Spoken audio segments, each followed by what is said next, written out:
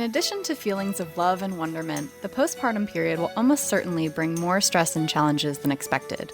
Preparing a postpartum plan to share with those who will be providing you with support can make the transition into parenthood much smoother. I'm Laura Keller, childbirth educator, doula, and lactation educator, and today we'll be discussing how to create your postpartum plan. This is Preggy Pals. Is that a plus sign? Pink or blue? Hospital or home birth? What type of food should I be eating? I think I just peed myself. I'm pregnant and I have to exercise. What pregnancy glow? Wait, was that a contraction? Gotta make these pants fit. I've got kinkles. What do you mean there's more than one? You've got the symptoms, and now you've got the support you need for a happy 9 months. This is Preggy Pals, your pregnancy, your way. Welcome to Preggy Pals, broadcasting from the Birth Education Center of San Diego. Preggy Pals is your online, on-the-go support group for expecting parents and those hoping to become pregnant. I'm your host, Stephanie Glover. Are you just now tuning in to Preggy Pals? We've covered over 130 topics so far. Visit the episode guide on our website to scroll through the topics. Listen directly on your computer through iTunes or download our free apps available in the Android, iTunes, and Windows marketplaces. And be sure to check out our new network app where you can listen to all your favorite New Mommy Media shows on the go. Here's Sunny with more information about how you can get involved with Preggy Pals. All right. Hi, everybody. So Stephanie was just telling you about our apps, and we have a segment where we like to review apps, and we're always looking for our listeners to recommend different apps, perhaps apps you already have on your phone that you really like and you think other pregnant mamas could really benefit from. So that's one segment you can participate in. We have an Ask the Expert segment where you can ask any of our experts any of your pregnancy questions. So that's another. And then we also just love to hear from our listeners. So if you have any ideas for future episodes you would like us to explore, if you just want to share how Preggy Pals has impacted you in your pregnancy, we would love to hear from you, and we'll read some of those comments on the show. So the ways that you can submit for that, you can go to our website at newmommymedia.com, click on the contact link, and you can email us, or if you actually want to share your story yourself or ask the question yourself, you can call our voicemail at 619-866-4775 and leave us a message, and then we'll play that on a future episode. Great. Thank you, Sunny. Yeah. So let's get started by doing some panelist introductions. I will start. Like I said, I'm Stephanie Glover. I'm 33. I host Preggy Pals, and I'm also a trained childbirth educator. No due date, but I have 2 kiddos. My 4-year-old is Gretchen, and she was my C-section baby. And my 2-year-old is Lydia, and she was my VBAC. Kristen? Hi, I'm Kristen Stratton. I am a birth doula and a postpartum doula, and I'm also the host of our sister show, Newbies. Woohoo! So check out Newbies. I have 3 kids. I had 3 kids in 3.5 years. That was a little crazy. I have a 5.5-year-old, a 3.5-year-old, and a 2-year-old. So there you go. There you go. You're busy. I'm busy. Yeah. And Shannon, how about you? Introduce yourself. Yep. Hi, my name is Shannon. I am 31. I am a stay-at-home mom and part-time photographer. I just delivered my 2nd child. His name is Emerson, and he's 8 weeks now. Oh, so cute. And it was my 2nd cesarean. Awesome. Thank you so much for joining us. Thanks.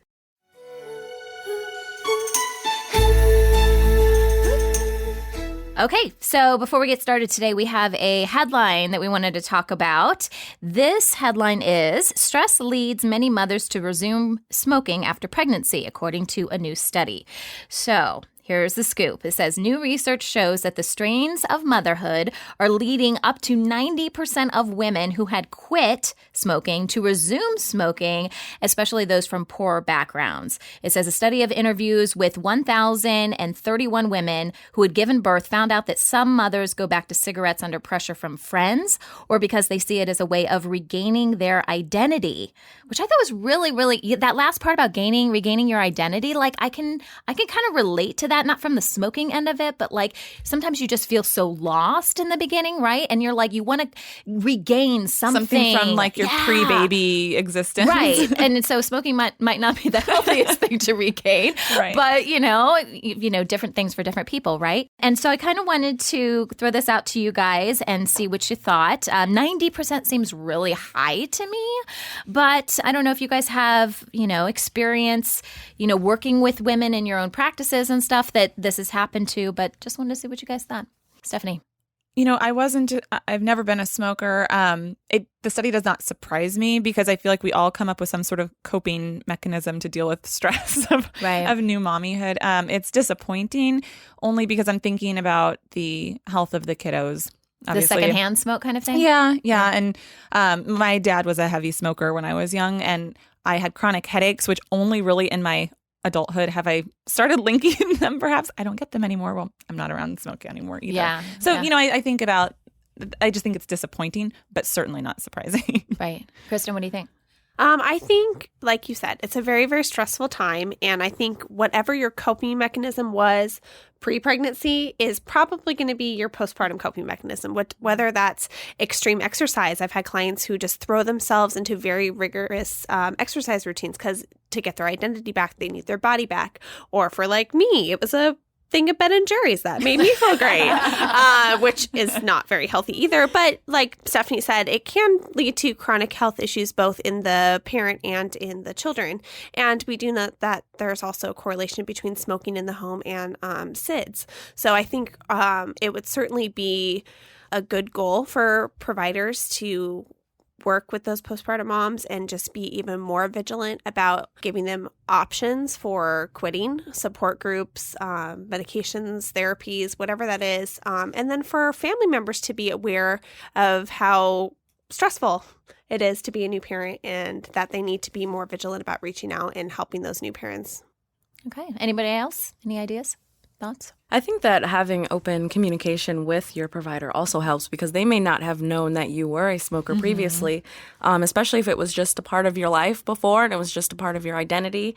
And having that open communication will help your doctor provide you with other skills and give you people to talk to or reach out to or support groups or things like that so that you have another outlet to cope. During your pregnancy, if you weren't smoking, how were you coping during the pregnancy? Because pregnancy is stressful. I can definitely relate to, not only picking up your habits once you've had the child to cope, but also, when you add children, when you already have one, it just compounds the stress. Yes, just a little. So I think having that open communication will definitely alleviate a lot of that pressure to go back to bad habits.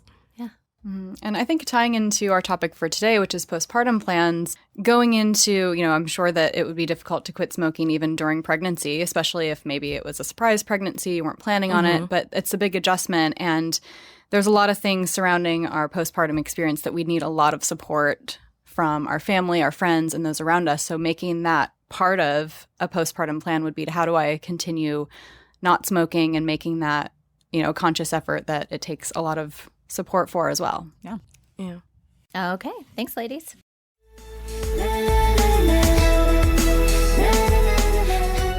So today we're discussing how to prepare for your postpartum period. Joining us here in the studio is Laura Keller. Laura is a certified childbirth educator, doula, and lactation educator. She works with expectant parents to help prepare them for their postpartum period through childbirth preparation and breastfeeding classes. Welcome to Preggy Pals, Laura. Thank you for joining us. Thank you for having me. So many expectant parents are familiar with what a birth plan is, but what is a postpartum plan?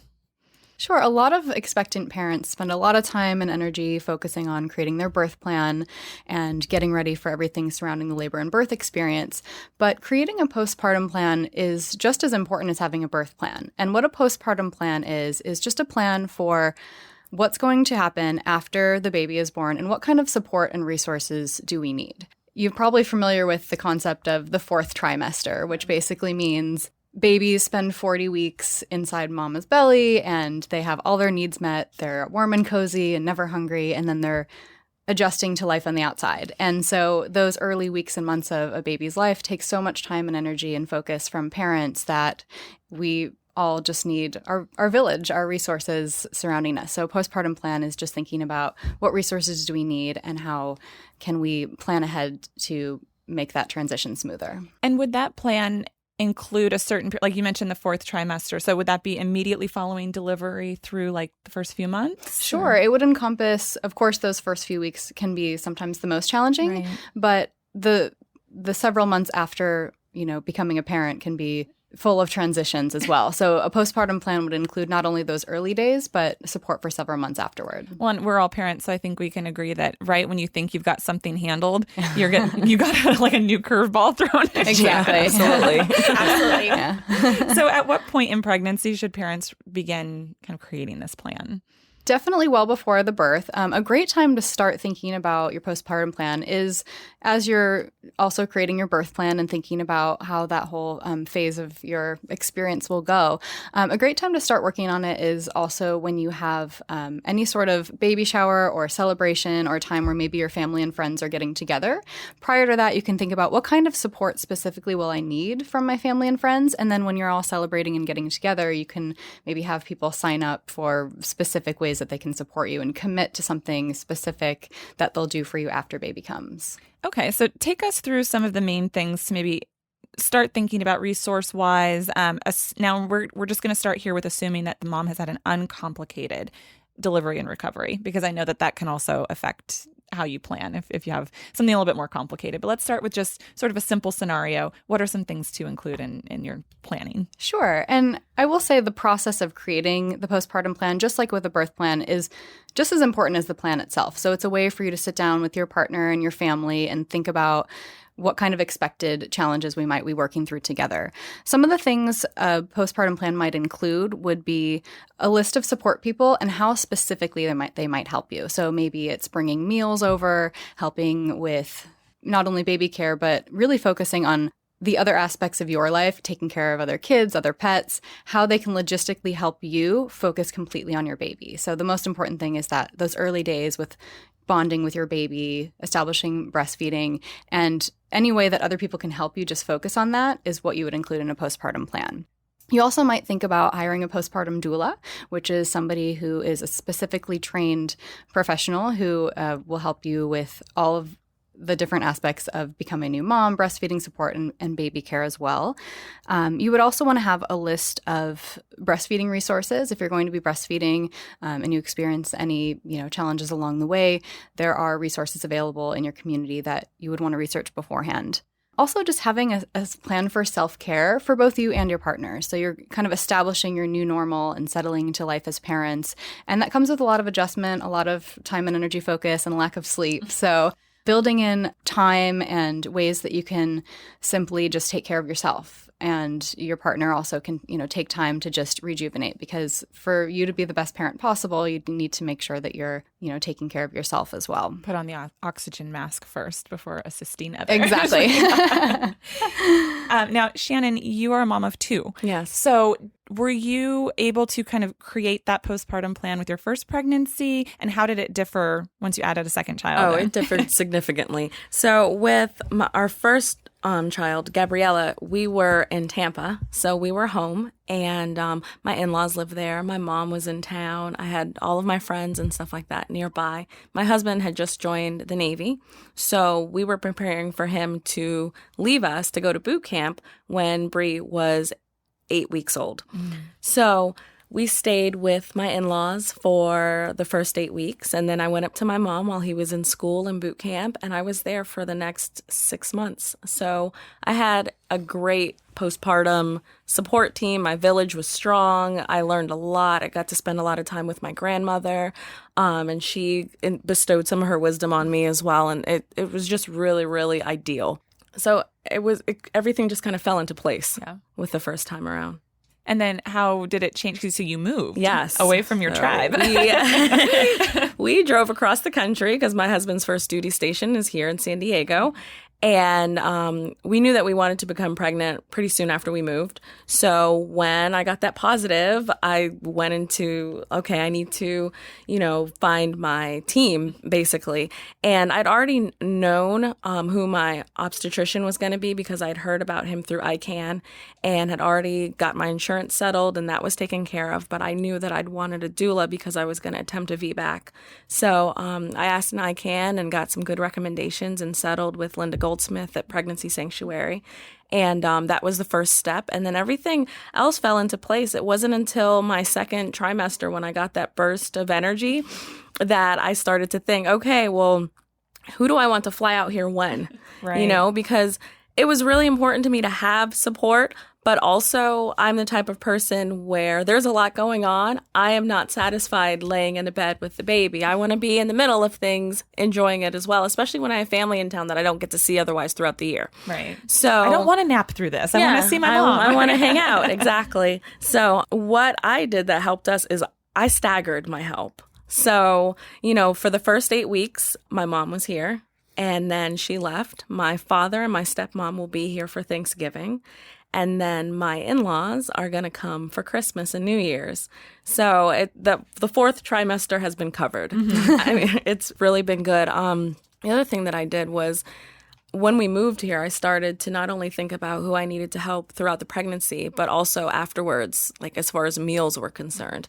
And, my mom was here and she cooked and stuff and it was helpful, but also like my local friends in my community that were asking me, well, what do you need for the baby shower? What do you want? What do you want? And a lot of times I was like, I don't really need blankets. Can you bring me over a casserole dish of lasagna or something that I can throw in my freezer? And that's been instrumental. I still have food in my freezer from my neighbors and things like that have really, really stepped in to donate and help me stay out of the kitchen when it gets overwhelming. Well, and one thing I learned too was that like with those meal trains and whatnot, even though maybe mom is in town, they're so busy doing other stuff, particularly if they're taking care of an older sibling. Yes. They kind of need to be cooked for too. And so I think we received meals for like a good 6 weeks. And my mother-in-law was equally appreciative, I remember, because she even needed some self-care because they're doing so much for us, things that we can't do. And the tendency is to think about, well, what am I going to need for dinner? What do I want for dinner? And I had one of my friends bring over lunches because it was the middle of the day. The baby was asleep. My oldest daughter, Bree, she still naps. So we'd be sitting there at like 12:30 having gone through what I call the morning rush. And now it's lunchtime and we're pooped, So Shay would come over with sandwiches and like platters and things like that. And we would have lunch and nap while the kids were sleeping. It made it so much easier. Yeah, that's a great point. Or someone coming over with like some bagels and fruit salad in the morning. It's just, breakfast casserole. Yeah. Kristen, how about you? Were you able to formulate postpartum plans with any of your pregnancies? Well, my story is a little similar to hers in that with our first, my husband deployed when our daughter was 4 weeks old. And so I actually did move back in with my mom for about half of the deployment. And then towards the latter half, moved back into a house on the base. Then we had our second and we moved 2 weeks after he was born to San Diego. And I immediately had already researched and signed up for MOPS, and I found a MOPS. And even though my baby was like 4 weeks old by the time it started, they did a meal train for me, and I'm forever in their debt. Please sign up for MOPS. If you're listening, go to MOPS. Mothers of preschoolers. Go to MOPS. Wondering what it is. And then when we had our third, we were still down in San Diego. But again, we're a military family. So even though our family is about an hour and a half, 2 hours away, it's still a lot for them to come down on a regular basis. So again, with the meal trains, and to be honest, in retrospect, I didn't really know what a postpartum doula was, but next time if we have another baby, I'm saving for a postpartum doula because I just really think that had I had more help with breastfeeding and with laundry and with dishes, I would have been a lot nicer those first few weeks. Sorry, husband. Thank you for being married to me. And then my mother-in-law, she was very, very sweet and generous with her time. And she did come down on the weekends when she wasn't working, and she would just do all our laundry. Like our laundry that was just piled high to the ceiling. She would do all of it in one sitting. I'm like, how do you get it done that fast? So I'm not nursing a two. Yeah. So I think now that I know what I know now as a postpartum doula, I would hire one, and two, I would definitely be more organized. Yeah. I learned the hard way. And so let's touch on that really quickly for people who maybe didn't even know postpartum doula was a thing. Yeah. You mentioned that they'll even do I didn't know it was a thing. Yeah. And then I became one. I'm like, wow, this is great. Well, and I would imagine too, particularly with military families, if you're somewhere where you have no other resources, how instrumental it could be. Especially when you first move, because maybe you're going to have your military wives that you bond with, but when you first move, it's stressful. Absolutely. You don't know anybody. You're in this new place. You're trying to find your church, trying to find the post office, you're trying to find the grocery store. So you're just so consumed by that building and bonding, with other people is kind of last on your list until you have time for it, especially with a new baby. So so basically what a postpartum doula is, she's trained in baby care and mommy care. She'll come in and she'll help feed you. The first thing she does when she gets there, make sure you have water, do some laundry for you, some tidying around the house, maybe hold the baby while you go take a shower so you can shave. That's really nice. That makes you feel like a human again. Yeah. So I would definitely look into it and see if you can budget for that. It's a luxury, but it's amazing. Yeah. When we come back, we'll discuss things to consider if postpartum becomes more complicated than expected. We'll be right back.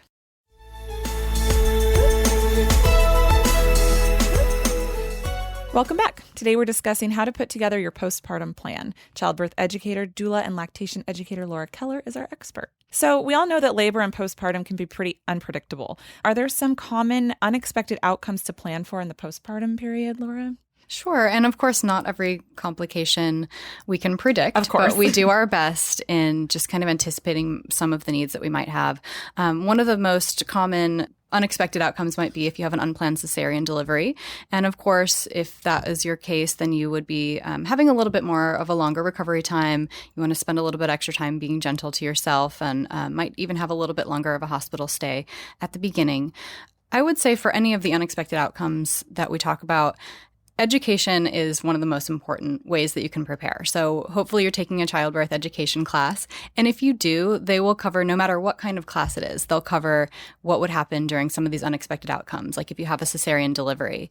And if you are, for some reason, at a higher likelihood of having a cesarean or other complications, of course, you want to do research and just educate yourself about what to expect if those complications do arise and how to better prepare and create your postpartum plan surrounding that. Another unexpected outcome might be if you have your baby would have complications and they might spend a little bit of time in the NICU, which is the neonatal intensive care unit. And of course, if that were your situation, you would need a lot of extra support, not only physically and logistically, but emotional support. So again, researching your hospital's resources beforehand, especially if maybe you're at high risk for premature birth or you're having multiples, you might kind of anticipate and understand what resources are available to you. So oftentimes your hospital network would have support groups and resources where you can connect with other parents who have had similar situations, and you can take that extra support that you would need.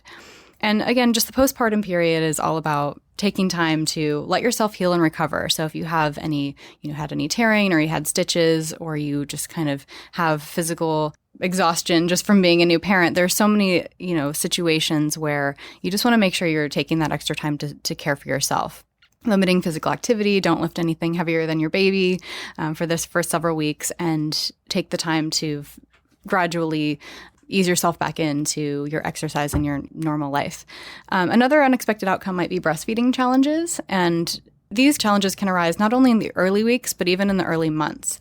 And there are a lot of different ways that breastfeeding is a wonderful and amazing thing that we do, but there can be a lot of times where it can be difficult. So there are a lot of resources available in your community after the fact. So lactation consultants, breastfeeding support groups. But again, the education piece is just so important. So I highly recommend taking a breastfeeding class. The more you know about breastfeeding before you give birth, the higher likelihood that you'll have a successful breastfeeding experience, and you'll kind of be able to anticipate some of those challenges and understand what's happening with the whole process. So again, education is just key for all of these outcomes. And just be gentle with yourself and allow yourself time to heal and to adjust to your new normal. Yeah, now I think I know the answer. But for our panelists, did either of you have unexpected outcomes that affected your postpartum period? Yeah, I did. I had unplanned cesarean births, and that was not only emotionally difficult, but physically difficult. I mean, you're recovering from major surgery, so you can't move about as you would had you had an uncomplicated vaginal birth. And I know some people have really difficult vaginal births and feel similarly in terms of their mobility. So self-care is just really important. You really can't rush that phase. So you really are reliant on the kindness of others. So that's actually something that I really recommend to moms and dads or partners to really think about having the right people over at the right time. because while your friend may be really, really funny and really, really great to be around, she may be a terrible cook or really terrible at laundry. Well, Or and just if you not have a helpful. C-section and you're laughing at the beginning, It really hurts. Oh my gosh. Or sneezing. Or sneezing. Yeah. My mom and sister started telling some funny story about how they got lost in the hospital, and I was still in the hospital after my C-section, and I was crying because it was funny, but I was Yeah. like, you have to leave the Yeah, you room. have to Yeah, it stop. feels- I can't even look at your It face feels right now. like your tummy is a bowl of Jello, and Right. so Yes. yeah, it's just So tell not, the funny and friend it to really come over in hurts. 3 months. Yeah. So yeah, and if you have someone that really is not particularly helpful and will probably want you to entertain them, they should probably come at the latter half of that fourth trimester as compared to someone who's just like, yeah, give me the laundry. Yeah, you go upstairs and you go to sleep. I'm going to do this for you. Those are the people you want to come immediately. So like it was mentioned before, you want to maybe have those people sign up so that those people come at the right time. Very important. Good tip. How about you, Shannon? Yeah, I ended up with another C-section too, and I was 39 weeks along in 4 days, and I fell down the stairs. So that landed me in the hospital, and with my C-section, and I wasn't planning for that at all. But luckily, because my mother was already in town because I was due in like a week, it really, really made it a lot easier. My husband had time off. So I think that having the support and planning ahead, like that cannot be stressed enough. It really, really can be instrumental when things, can change very quickly. And also having care for Bree, my neighbors were like, okay, you're going to the hospital, I'll pick her up and I'll keep her for this night. Oh, Emerson has jaundice. You have to stay another night in the hospital so he can stay on the lights. I'll, do this, and that, So it was really, really good. Really great.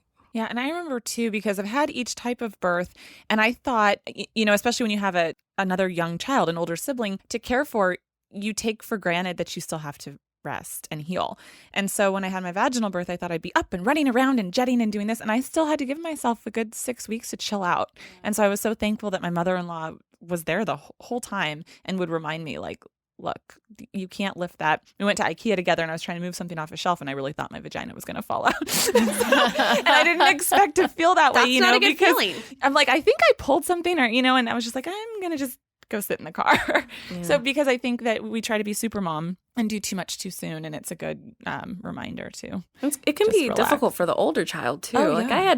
I had guilt because Bree she wants to climb on me and she wants to play with me, and I remember laying in the bed, and Emerson was asleep with my husband, and Bree toddled up the stairs, "Mama, Mama," and she gets on the bed, and she's like walking towards me because why would you crawl on the bed? Of course, stand up and walk towards me, And it was like I was terrified of her. Yes, I was like, she's gonna fall on me, and I'm gonna bleed out up here, and no one is gonna find me for like an hour because I'm supposed to be on nap. You know what's funny about that is even years after having, cesarean birth, I still am very protective of that spot. I'm Yeah. just automatically reactive about that when my son comes to like jump on me. I'm like, no, Yeah, he's gonna-" absolutely. Me too. Yeah, it's just, me too. Yeah, you're right. You have to really be careful. So thankfully today we're better at recognizing postpartum mood disorders and how they are actually common. There are better ways to diagnose and treat them. But what are some ways to prepare in the event that mom develops a postpartum mood disorder, whether it be depression or anxiety? Postpartum mood disorders are more common than you might think. And a lot of women, a lot of people in general don't really talk about them as much as we should. And everybody kind of expects you to be, it's a happy time and you have a new baby. But it is quite common for women to experience postpartum mood disorders. And, we're probably familiar with the baby blues, right? So up to about 80% of women experience just mood swings, anxiety, just some general, over the first few weeks of having a new baby, might experience some of those symptoms, being irritable, crying for no reason. We're kind of experiencing a lot of hormonal shifts that, usually go away within about a week or two. But if it doesn't, then it might be a sign of postpartum depression or another postpartum mood disorder, which basically means, again, baby blues are a lot more common, but some women do experience postpartum depression, which doesn't necessarily go away on its own. And some of the signs and symptoms are similar, but they may be more intense and last longer and might even interfere with your ability to care for your baby. Some of the symptoms of postpartum depression would be just kind of a general depressed mood or mood swings, crying excessively, having difficulty bonding with your baby, feeling withdrawn from your family or friends, experiencing changes in your appetite. Either you just can't sleep or you feel like you just want to sleep all the time, more so than is just normal for that exhausting time period. Just feeling extreme fatigue, loss of energy. And it kind of comes along with some emotional side effects too, feeling like you're not a good mother. You just kind of can't get past some of those anxieties. So both postpartum depression and postpartum anxiety are, very real disorders that affect about up to 15 to 20% of women. And what a lot of people don't realize is that the symptoms might appear later on. So it's not necessarily just in those first early weeks. The symptoms could appear 6 months or up to a year in postpartum. So it's just educating yourself then to know what to look for and probably getting partner in on that conversation as well. So that, because sometimes we don't see it in ourselves, but the partner can be like, hey, you've been acting kind of funny, your sleep's been off, or exactly. And that's a way that you could probably include that into your plan. Exactly. So being aware of having others around you also be able to recognize the symptoms, because you just kind of assume, well, this is probably normal. I'm just probably really tired because of the baby. And, others around you might recognize that it's outside of normal. Yeah, so that can definitely be something. Again, education is key, and as you're creating your postpartum plan and just thinking about what resources are available to you, there are a lot of resources in most areas, whether it's support groups. If you do experience a postpartum mood disorder like postpartum depression or anxiety, you definitely want to talk to your care provider about that, and whether it's therapy or medication. Kind of the general idea about postpartum mood disorders, depression and anxiety, are that they're sometimes the hardest to diagnose, but they're some of the easiest to treat. So there is help available, and it's something that's quite common that women experience. So there is help available for you. So Shannon, do you have any experience with preparing or experiencing postpartum? Yeah. So with my first daughter, I had baby blues, and it lasted about 2 weeks, and it just alleviated on its own. This time around, we were dealing with some really hard family things. My grandmother passed away 9 days before I delivered Emerson. So there's a lot of grief there going on. And my mom was here, like I said, and I noticed that when she left and things started to quiet down, it was hard for me to engage with my son and to get excited about him and, to just have that rush of emotion that I experienced with my daughter. I broke down one time because I was like, when he cries, my milk doesn't even let down. With Gabriella, I could hear her across the room. I could hear another baby cry, and I would be like, where's my pump? I need to express, and I'm just not experiencing that right now. And my husband had kind of mentioned to me, you seem a little bit, different or challenged. And, it took one day where I just broke down over something silly as I was making soup and I burned dinner. And I was like, this was going to be the thing that I did amazing today. And I failed at this. This day was terrible. I had a total meltdown. And I called the doctor immediately. And the next day I got an appointment. I have an appointment Monday with a therapist. So I'm on the mend. But it's definitely something that, if you know what to look for, and if you're not yourself, even more so than just, being tired or anything like that, if you're having thoughts about, your children not being your world or anything like that, then maybe step away and do more than the usual self-care than you would for yourself, and get the support that you need, because there really is a lot. And it's not something that is commonly discussed. It's not something that, everyone knows is common. I didn't know it was common. I haven't dealt with depression until now. So I think that having your support team and a good relationship with your provider is so instrumental. And it sounds like you were educated to recognize that even within yourself. Absolutely. So yeah. Awesome. Yeah. The baby blues helped a lot the first time. Okay, I'm still feeling this way times a million. So you had a gauge. Yeah, exactly. Well, thank you for sharing. Sure. So thanks for joining us, Laura, and thank you to all the panelists that have sat in on today's show as well. For more information about Laura, as well as information about any of our panelists, visit the episode page of our website. This conversation continues for members of the Preggy Pals Club. After the show, Laura is going to discuss how to help create a postpartum plan for your baby's older siblings. To join our club, visit our website, newmommymedia.com.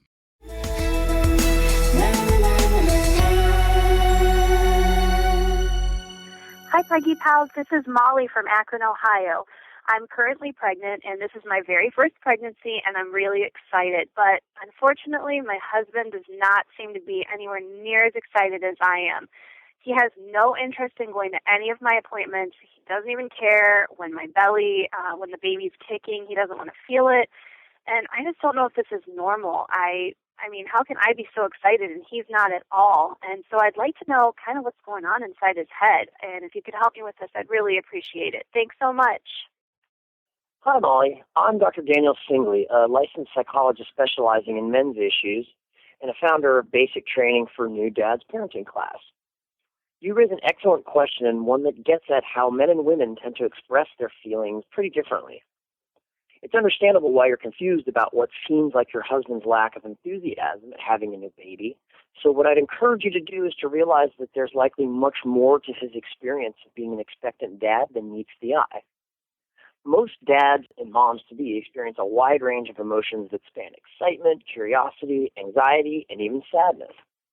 However, while women in this country are typically socialized to be more verbal and vocal about expressing their feelings, men simply aren't typically accustomed to doing so.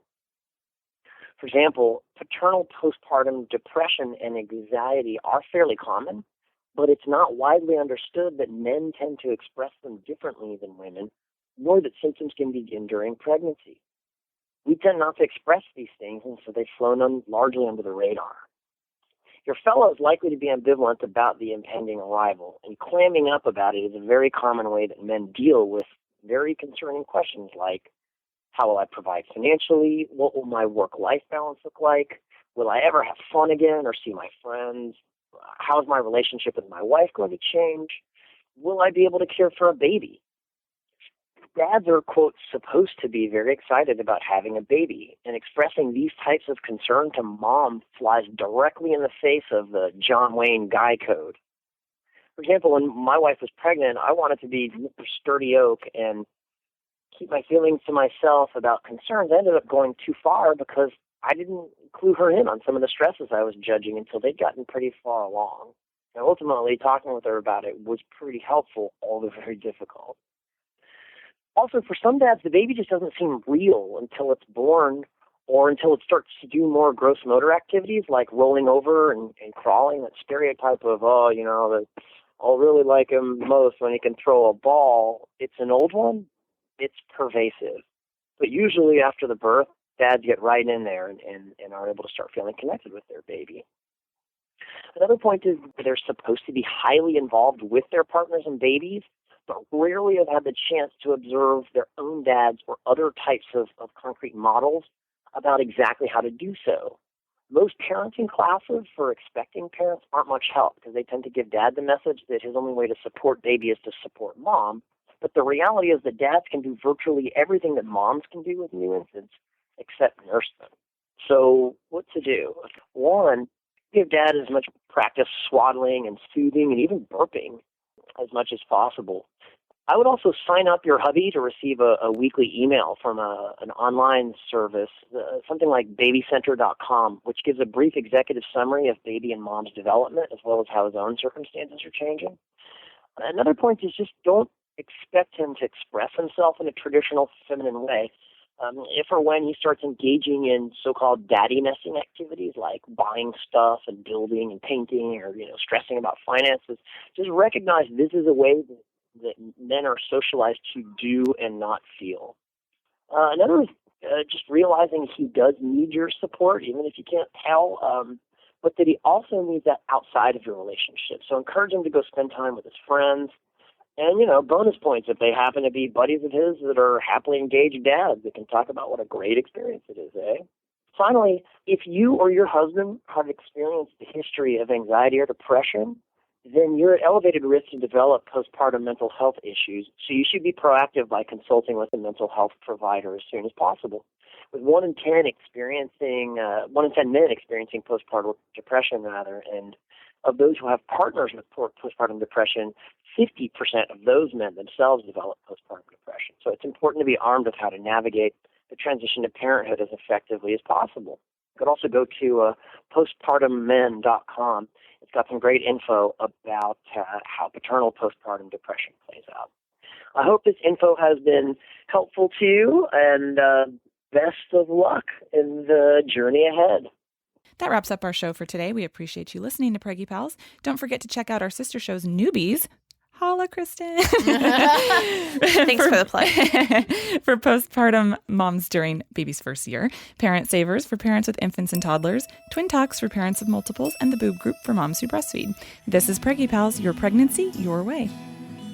This has been a New Mommy Media production. The information and material contained in this episode are presented for educational purposes only. Statements and opinions expressed in this episode are not necessarily those of New Mommy Media and should not be considered facts. While such information and materials are believed to be accurate, it is not intended to replace or substitute for professional medical advice or care, and should not be used for diagnosing or treating healthcare problem or disease or prescribing any medication. If you have questions or concerns regarding your physical or mental health or the health of your baby, please seek assistance from a qualified healthcare provider. How would you like to have your own show on the New Mommy Media Network? We're expanding our lineup and looking for great content. If you're a business or organization interested in learning more about our co-branded podcasts, visit our website at newmommymedia.com. Hey mamas, don't forget to check out Mighty Moms. It's our online community built for new moms just like you. Not only can you connect with other moms, but you can also join us backstage for special mom-only online events. And you'll also be notified when we're recording, so you can join us as a special guest. Visit our website, newmommymedia.com, and click on the Mighty Moms banner. It's free. That's newmommymedia.com. See you there.